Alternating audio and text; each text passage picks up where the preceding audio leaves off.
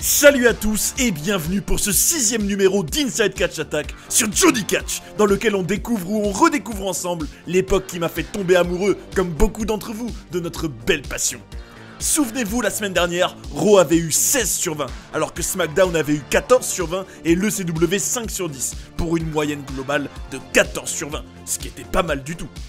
Du côté du show rouge cette semaine, on va être gâté avec une affiche de rêve entre Jeff Hardy et Shawn Michaels. Mais aussi John Cena qui va devoir affronter l'homme le plus fort du monde, Mark Henry. Vous allez également découvrir si Vince McMahon va mettre une raclée à son fils illégitime Hornswoggle ou pas.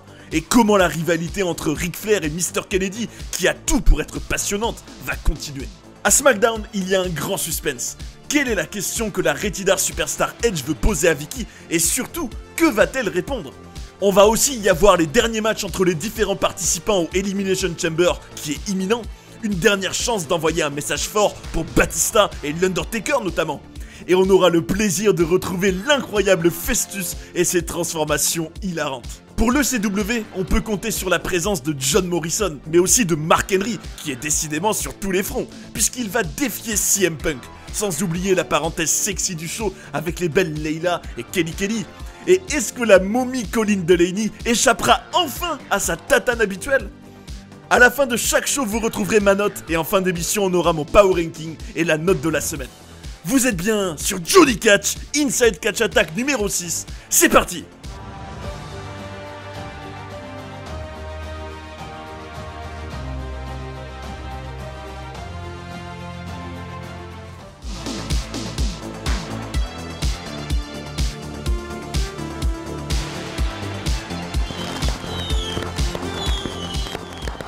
On démarre directement cette édition de Raw avec l'entrée d'Hornswoggle, qui va affronter le premier du dernier Power Ranking et patron de la WWE, Monsieur McMahon. Cet affrontement est sans disqualification, et si Finlay intervient, il sera viré sur le champ. Et alors que Jerry Lawler nous dit que tout parent devrait prendre exemple sur ce qui va se passer, Vinnie Mac propulse directement son fils au sol. J'avoue que je suis pas très convaincu par l'idée de démarrer le show directement par cet angle. C'était bien mieux quand le début d'émission était focalisé sur Cena Orton. Pour moi, cette histoire entre Vince et l'Irlandais doit plutôt prendre place en milieu d'émission. Le Big Boss met un genou au sol et demande à son fils de lui mettre une claque, ce qu'il fait aussitôt. VKM enlève sa ceinture et Finlay débarque à toute allure. Tu veux jouer au dur, hein? On va voir à quel point t'es un dur à cuire. Pour qui tu te prends pour interférer dans une histoire de famille? Finlay, j'aimerais te rappeler que tu as une famille et tu es sur le point de démolir ta carrière et leur train de vie. Pourquoi? Pour lui? Finlay, barre-toi de mon ring. Finlay, tu es! S'exclame Vince McMahon, ce qui fait reculer l'Irlandais qui rebrousse chemin avant de se retourner et d'exploser le président qui était en train de le traiter de trouillard avec son shillelagh. Hornswoggle n'a plus qu'à monter sur la 3ème corde pour faire un splash et remporter la victoire. Jim Ross et Jerry Lawler promettent l'enfer à Finlay et Hornswoggle, alors que Vince les regarde avec un regard noir. Le grand Manitou fait soigner sa nuque dans les couloirs de l'arène, et le general manager William Regal arrive en trombe pour demander au patron s'il y a quoi que ce soit qu'il peut faire. Prépare les papiers, ce soir, on va virer Finlay, ordonne un Vince excédé. C'est avec sa serviette autour du cou et son air hautain que John Bradshaw Layfield s'approche du ring dans lequel il va retrouver ce soir quelqu'un avec qui il a une sacrée histoire, Chris Jericho. Je suis content d'avoir ce match puisque j'avais vraiment adoré la rivalité entre les deux et leur match au Rumble, mais je regrette que ce soit encore un match sans stipulation ce soir. Y2J domine une bonne partie du match, mais JBL va revenir dans la partie en contrant un saut du Canadien par un Big Boot. Bradshaw est vraiment violent dans ses coups, mais Jericho va contrer sa clothesline from hell en codebreaker pour remporter le match. Le King of Bling Bling a à peine le temps de célébrer, Kumaga l'attaque. Alors qu'on aurait pu croire qu'il travaillait pour JBL, comme le dit Jim Ross, il s'en prend au New-Yorkais avec son Samoan Spike. Umaga vient de faire un impact et constitue une vraie menace aussi imprévisible qu'indomptable en vue de l'Elimination Chamber. William Regal toque avec insistance à la porte de Vince McMahon, et il est vraiment déterminé à venger son patron. Tu sais quoi? On va pas le virer. La semaine prochaine, le monde entier et Finlay vont me regarder enfermé dans un steel cage avec Hornswoggle, lui rétorque Vince, ce qui semble beaucoup plaire à Regal. On nous présente deux affiches hyper attrayantes pour ce soir, avec John Cena contre Mark Henry, et tenez-vous bien, Shawn Michaels contre Jeff Hardy. ce qui est quand même une véritable affiche de rêve. Paul Burchill arrive sur le ring avec sa sœur Katie Lee, qui nous présente la superstar la plus brutale, vicieuse et le plus bel homme du monde. Je dois dire que la relation entre les deux et leur manière de se regarder semble quand même un peu spéciale. Brian Kendrick arrive sur le ring et c'est parti pour un combat entre les deux. La brutalité de Burchill contraste parfaitement avec l'agilité de Kendrick, et c'est avec un swinging neckbreaker modifié que l'anglais va remporter une victoire facile, alors qu'on voit John Cena dans les couloirs en route vers l'arène. Pour mon plus grand plaisir, voici venir le champion de la WWE, Randy Orton. Et bon sang, qu'est-ce qui porte bien le titre? Élégance, prestance, charisme, les superlatifs ne manquent pas pour décrire l'allure du Legend Killer, qui va nous faire le plaisir d'aller s'installer à la table des commentateurs. Mark Henry va rendre mon boulot encore plus facile pour ce dimanche. Il n'y a aucun doute dans mon esprit, déclare le champion, alors que l'homme le plus fort du monde dévale la rampe. J'adore le fait qu'Henry soit énervé et hurle sur le public.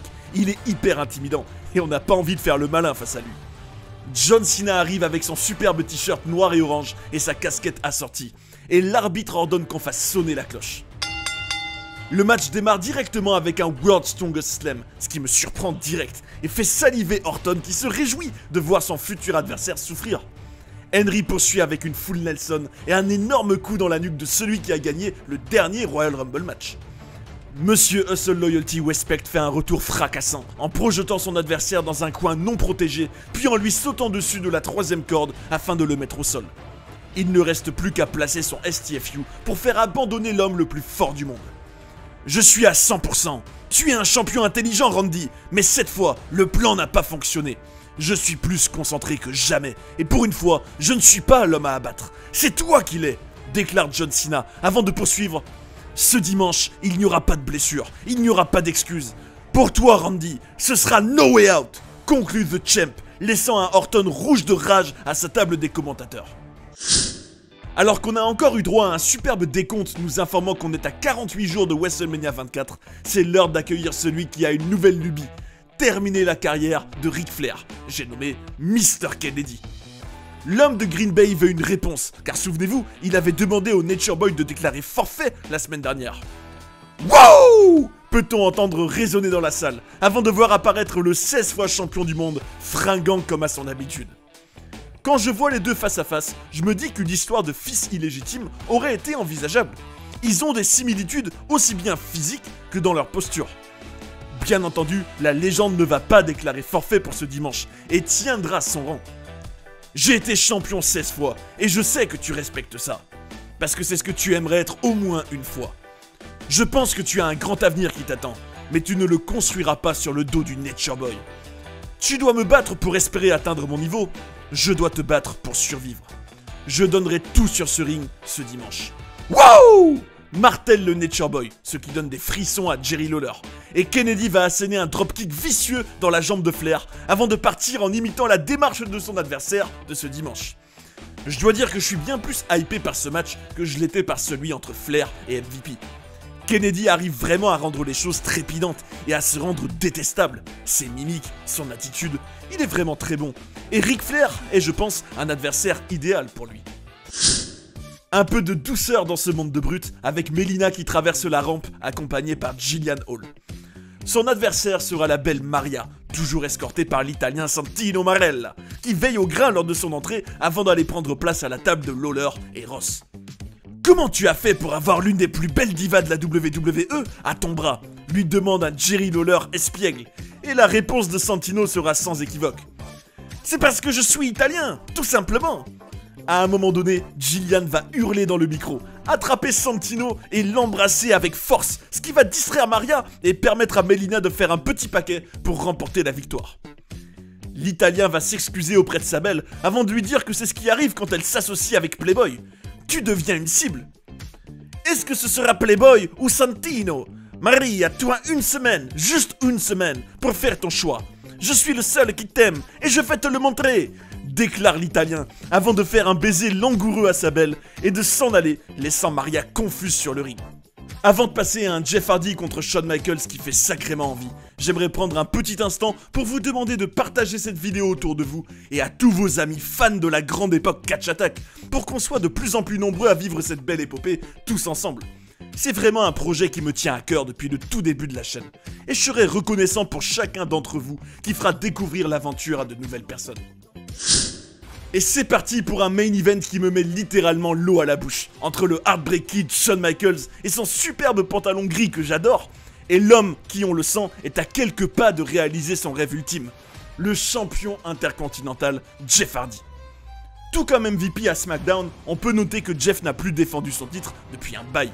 Et c'est dommage d'avoir des titres secondaires en veilleuse comme ça, alors que ça pourrait vraiment apporter à d'autres superstars comme Palumbo ou Wang Yang du côté du show bleu, et Umaga dans le show rouge par exemple. On va pas se mentir, c'est vraiment un match de rêve que nous offre Raw ce soir. Et j'ai les frissons au moment où la cloche sonne. Le début de rencontre est plutôt à l'avantage de Jeff, mais Michaels a toujours une bonne esquive dans son sac. On voit le charismatique Enigma dans un registre un peu inhabituel, avec un enchaînement de headlock. Et c'est très intéressant de le voir face à un adversaire qui lui ressemble sur certains points. À un moment, Jeff va littéralement marcher sur les barrières autour du ring pour sauter sur HBK qui va le contrer avec un power slam. C'est de toute beauté. Le public scande Hardy la plupart du temps, et on sent vraiment ce lien si spécial que Jeff a su créer avec les fans ces derniers mois. J'apprécie le fait de devoir attendre assez longtemps dans le match avant d'avoir un réel finisher. On sent que quand ça va arriver, ce sera marquant et décisif, ou en tout cas pratiquement. Jeff continue de faire le spectacle avec notamment un Whisper in the Wind magnifique. Il domine la globalité des hostilités, mais je dois avouer que je l'imagine mal l'emporter sur HBK. Mr. WrestleMania saute sur Hardy avant de se relever avec un magnifique saut carpé et d'enchaîner avec son Atomic Drop, son Scoop Slam, et c'est l'heure d'aller sur la 3ème corde pour HBK. Sa descente du coude connecte et on y est. Shawn va dans le coin pour armer son Sweet Chin Music, et ça va être le moment de vérité. Jeff contre le super kick et veut enchaîner avec un Twist of Fate contré par HBK, qui place Jeff dans une prise de soumission dévastatrice. Et c'est dans une souffrance intense qu'Hardy parvient à toucher la corde du bas et sauver sa peau. Quelle intensité, bon sang! Jeff parvient à réaliser son Twist of Fate et monte à toute allure sur la 3ème corde. Swanton Bomb! Bon sang! Jeff Hardy vient de battre Shawn Michaels sous les yeux ébahis de Jim Ross. Comment pouvez-vous nier que Jeff Hardy est la superstar la plus bouillante actuellement à la WWE? S'exclame JR, qui me met vraiment des frissons. Et ses commentaires si profonds et humains, avec son timbre de voix si particulier, vont tellement à Jeff, je trouve. Le champion intercontinental frappe très fort ce soir, et se place en grand favori pour l'Elimination Chamber match de Raw à No Way Out. Quel match, quel main event exceptionnel!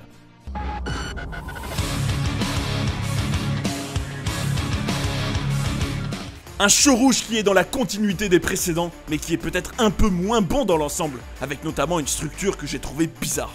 J'aurais préféré avoir le Cena vs Henry en tout début de show, et tout ce qui concerne Hornswoggle et Vince plus tard. Le segment entre Kennedy et Flair était super, et le match entre JBL et Jericho était correct, mais sans plus. Le main event est clairement le point fort de ce show, et c'est en partie grâce à lui que je mets un solide 15 sur 20, sinon j'aurais mis 13. Et c'est à noter qu'on perd 200 000 téléspectateurs par rapport à la semaine dernière, avec une audience de 3,7 millions de personnes cette fois-ci. Pour ceux qui veulent directement passer au SmackDown de la semaine, vous avez juste à consulter le sommaire de la vidéo. Mais je vous invite vraiment à suivre l'ECW qui a son propre petit univers, avec la rivalité entre CM Punk et Chavo Guerrero, la belle Layla, Kofi Kingston qui a débuté récemment, et parfois même des invités exceptionnels. Ça vaut le détour pour être encore plus en immersion dans l'époque Catch Attack.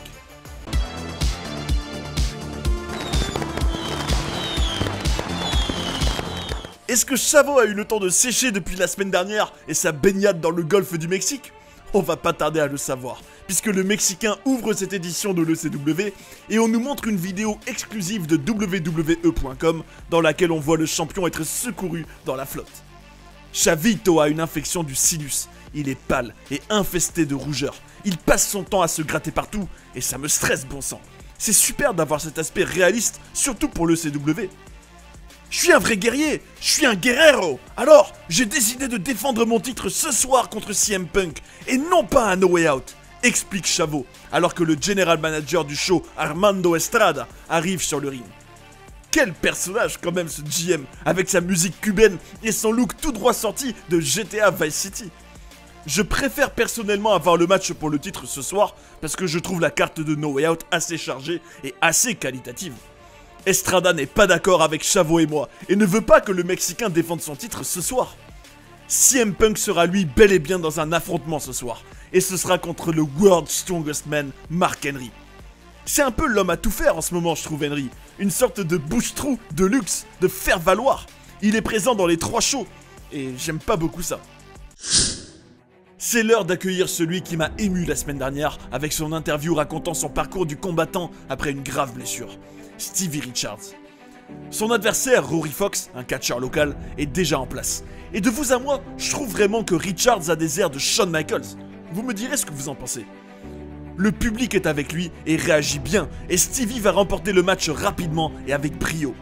Ses cicatrices au niveau du cou et sur le visage sont impressionnantes, et j'ai mal pour lui en les voyant.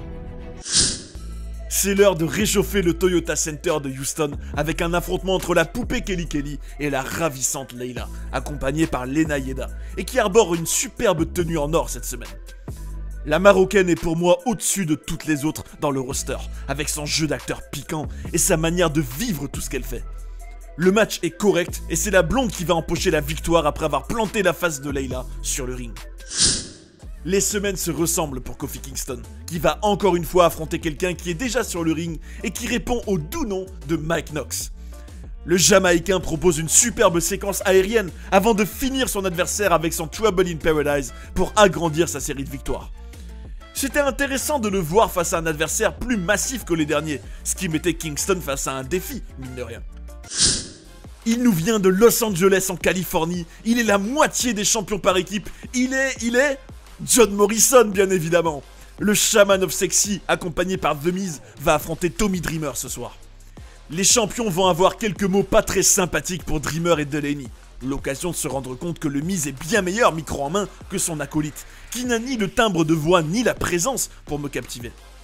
Le Tuesday Night Delight excelle en revanche entre les cordes, où il est spectaculaire. Mais ce sera insuffisant face à la brutalité de Dreamer qui remporte le match. Delaney vient pour lui soulever la main, mais The Miz l'attaque violemment. Une nouvelle fois, la momie prend cher et termine affalée sur le tapis de ring. Henry est dans les couloirs et hurle sur un pauvre technicien qui l'informait simplement de l'imminence de son match. Ce ne sera pas un match, ce sera des funérailles, lui hurle l'homme le plus fort du monde, qui est vraiment hyper intimidant. Le Kid de Chicago fait son entrée, mais c'est une nouvelle fois Mark Henry qui m'impressionne pendant la sienne, tant il est bestial et crédible. Quand je le vois, je me dis vraiment qu'il mérite mieux, et pourquoi pas être carrément champion de l'ECW avec une sorte de règne de terror. Chavito Guerrero arrive pour se placer aux abords du ring, et c'est parti pour notre main event de la soirée. À un moment, Henry va projeter Punk hyper violemment au sol, et le moins qu'on puisse dire c'est que Punk a un challenge de taille ce soir. Le mammouth, comme l'appelle Joey Styles, domine aisément la rencontre et va être pris à son propre jeu puisque ne répondant pas au compte de 5 de l'arbitre sur une soumission dans les cordes, il est tout bonnement disqualifié. Punk attaque Chavo et l'envoie dormir avec son JTS et le match pour le titre aura bel et bien lieu à No Way Out. Cette rivalité a vraiment besoin d'un match avec une stipulation particulière parce que si c'est pour voir un simple 1 contre 1, je suis pas emballé pour un sou.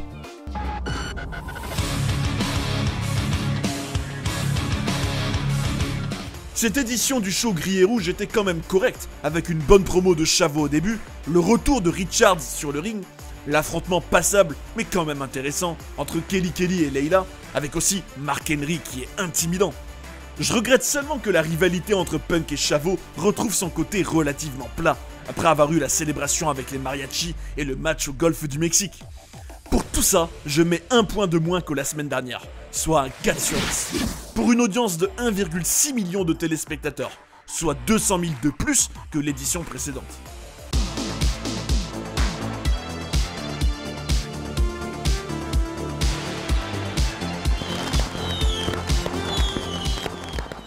Quelle joie de démarrer une édition du show bleu avec la superbe musique Rise Up et le générique qui va avec, puis une pluie de pyro. Voilà comment on démarre un show de catch. Pour couronner le tout, Big Dave Batista fait son entrée. Et c'est parti pour un SmackDown qui, pour la première fois depuis le début de notre épopée, peut obtenir une note égale voire supérieure aux 14 que j'ai mis à Raw. J'y crois dur comme fer, tant le show était sur la pente ascendante la semaine dernière. Son adversaire n'est nul autre que MVP, qui émerge de son tunnel doré. Et ce soir, l'animal aura sans doute à cœur de venger l'un de ses mentors, Ric Flair, mis à mal par MVP il y a quelques semaines. L'affrontement se résume à quelques séquences puissantes de l'animal, au milieu de moments où le champion US tente d'immobiliser son adversaire. Montel Vontavious Porter tente de travailler sur le bras et l'épaule gauche de Batista, qui va faire un plongeon impressionnant de la troisième corde. On sent que c'est la saison de WrestleMania et que les compétiteurs sortent de leur zone de confort à chaque instant.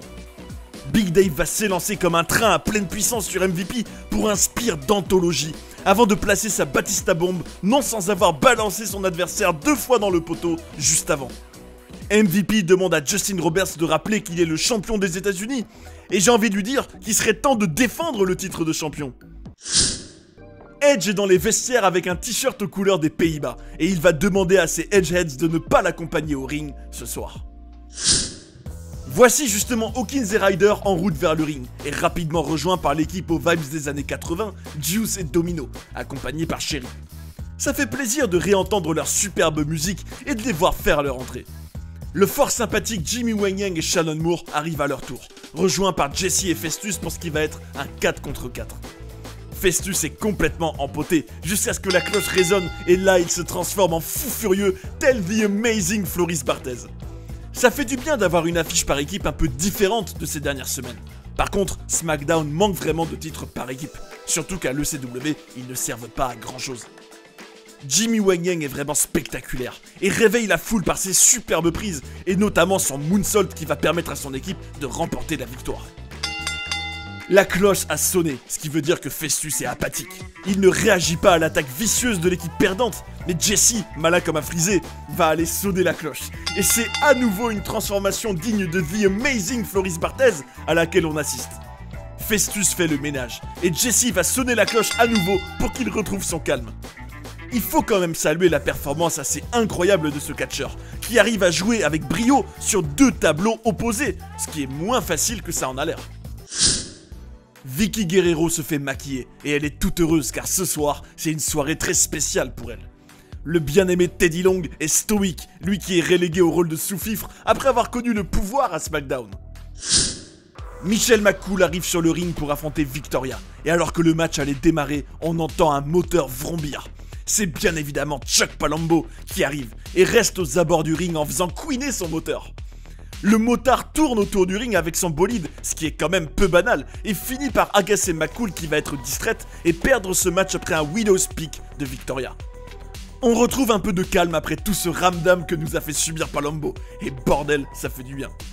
Le biker se rend sur le ring avec Michelle rampant devant lui, et il va lui bloquer le poignet, l'immobilisant au sol. « Michelle, je t'avais dit que j'allais démolir ton copain devant tes yeux. Tu devrais t'habituer à la vue que tu as actuellement. » déclare Palumbo, qui devrait vraiment se limiter à des actes, puisqu'il est vraiment peu convaincant, micro en main. Il suffirait de progresser sur cet aspect, et il pourrait vraiment postuler à beaucoup mieux, j'en suis persuadé. Le motard retourne sur sa bécane, et par la foudre de Zeus, que sa musique est excellente, bon sang, je suis fan. Gong, gong, gong. Voici venir le Phenom, le Deadman, l'homme qui possède une streak de 15 victoires à 0 au Showcase des Immortels, l'Undertaker. Si je vous dis mastodonte faisant un signe de V avec sa main, vous me répondez naturellement Big Daddy V.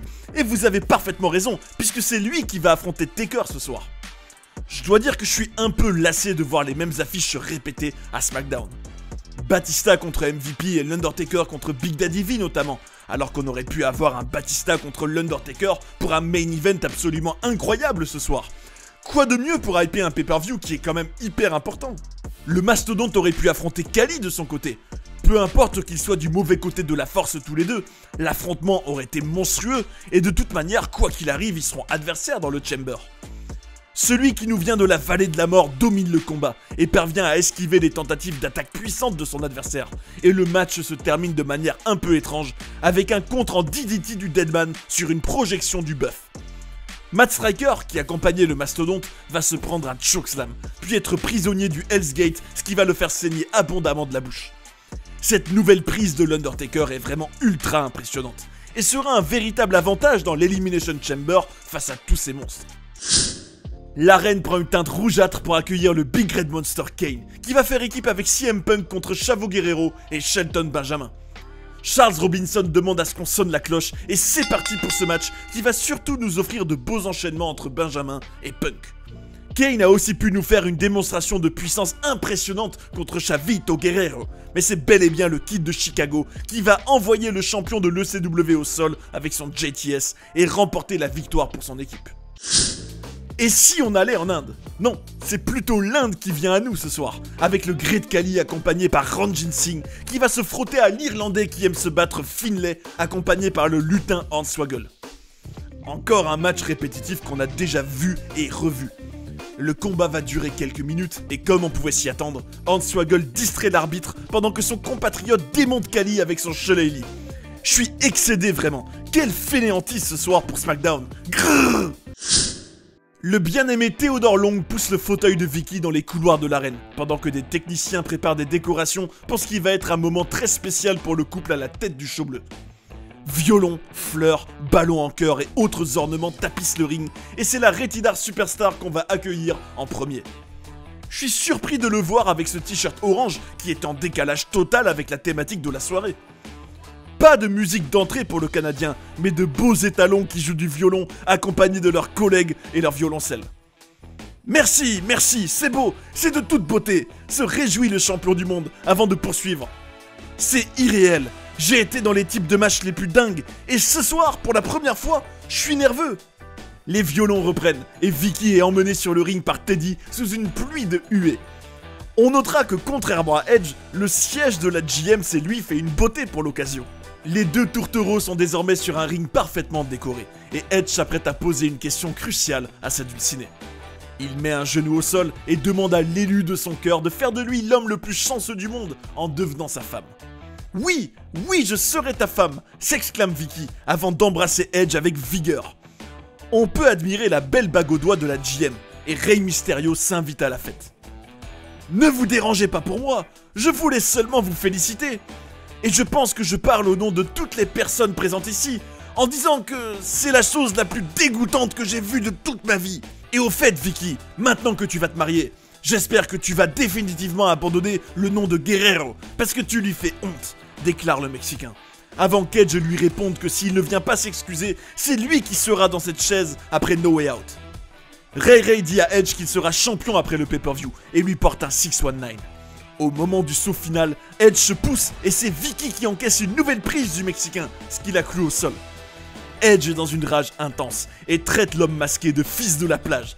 Et c'est ainsi que se termine cette édition du show bleu, relançant un tout petit peu une hype complètement éteinte pour le match à No Way Out.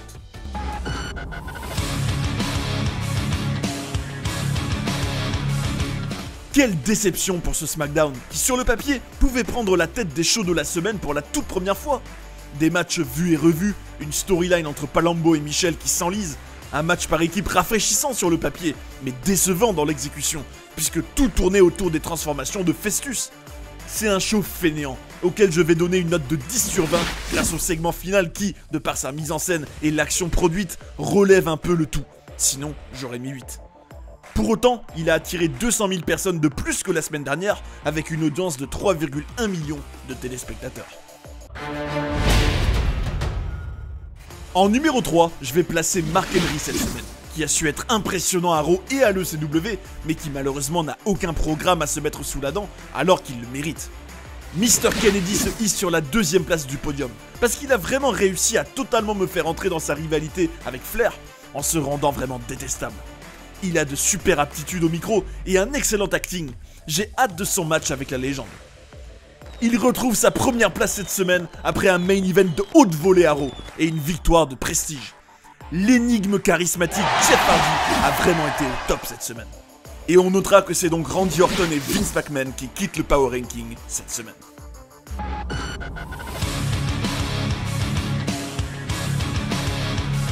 Avec un Raw qui culmine à 15 sur 20, le CW à 4 sur 10 et SmackDown qui termine avec un faible 10 sur 20, la moyenne de la semaine s'élève à 11,6, soit quasiment 12, ce qui est quand même insuffisant pour une semaine de pay-per-view. Clairement, il y avait mieux à faire dans les 3 shows, que ce soit en termes de structure pour Raw, mais aussi de sélection des affiches pour SmackDown. C'est ainsi que se termine notre 6ème numéro d'Inside Catch Attack, et je vous donne rendez-vous pour No Way Out où le suspense est maximal. Est-ce que John Cena va conquérir le titre WWE et réussir à vaincre Randy Orton et ses stratagèmes vicieux?